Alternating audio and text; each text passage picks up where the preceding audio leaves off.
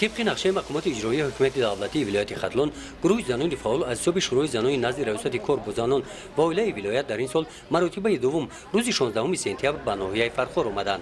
از تو من ثروت نمیخواهم، وطن هستی بس است، با خس و خاورت برابر زندگی کردن بس است.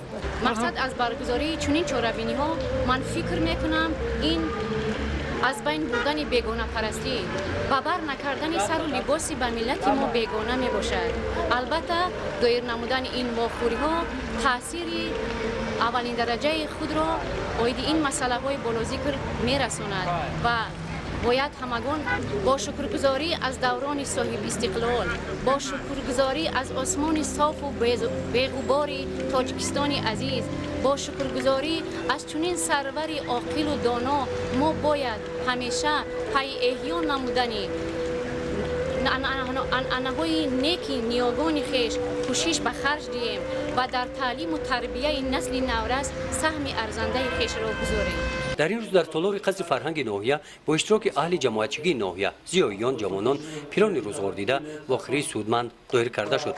مقصد جماعت اجرای دستور سپارش‌های در پیام امساله‌شان به مجلس عالی جمهوری تاجیکستان ارائه نموده اساسگار صلح و وحدت ملی، پیشوای ملت، پرزیدنت جمهوری تاجیکستان محترم امامعلی رحمان، جهت خوب به راه ماندن تعلیم و تربیت فرزندان، جلب دختران به مکتب، پیشگیری عمل‌های نامطلوب در بین زنان، جوانان، نابالغان، از قبیل سایر نمودن جنایت، نشمانده خودکشی، خودسوزی، پیشگیری شامل شوی زنان و دختران و جوانان به هر گونه حزب و حرکت‌های افراطگرایی، فهمانیدن ماهیت قانون‌های جمهوری تاجیکستان درباره تنظیم عنعنه و جشن و مراسم‌های ملی، قانون جمهوری تاجیکستان درباره مسئولیت پدر و مادر در تعلیم و تربیت فرزند، قانون جمهوری تاجیکستان درباره آزادی وجدان و اتحادیه‌های دینی، درباره پیشگیری زورآوری در عائله، درباره استراتژی مقاومت با کروپسیا در جمهوری تاجیکستان برای سال‌های 2013-2020 و دیگر مسائل‌های مبرم روز عبارت بودند.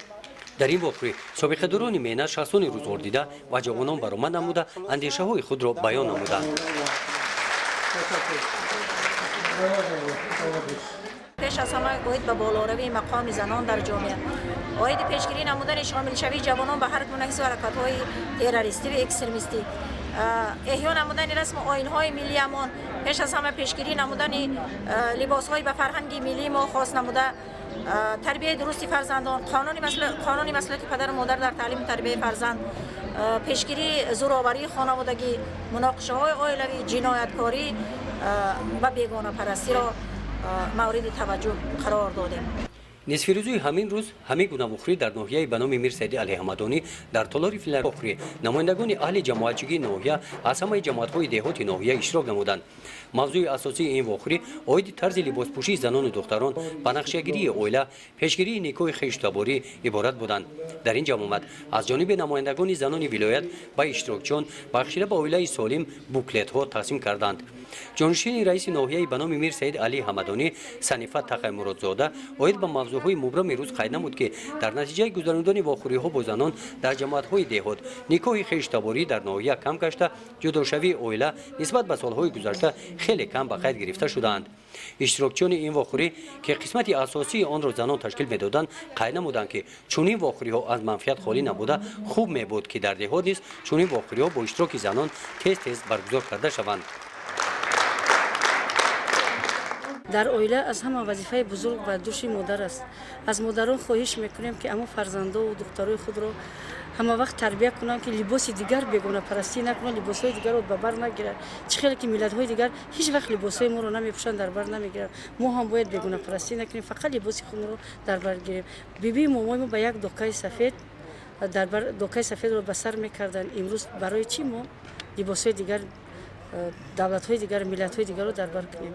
ما باید ناموس داشته باشیم که ملت خود رو بیگانه نکنیم، فقط ملت خود ما رو اعتراف کنیم و لباس‌های خود رو در بر گیریم.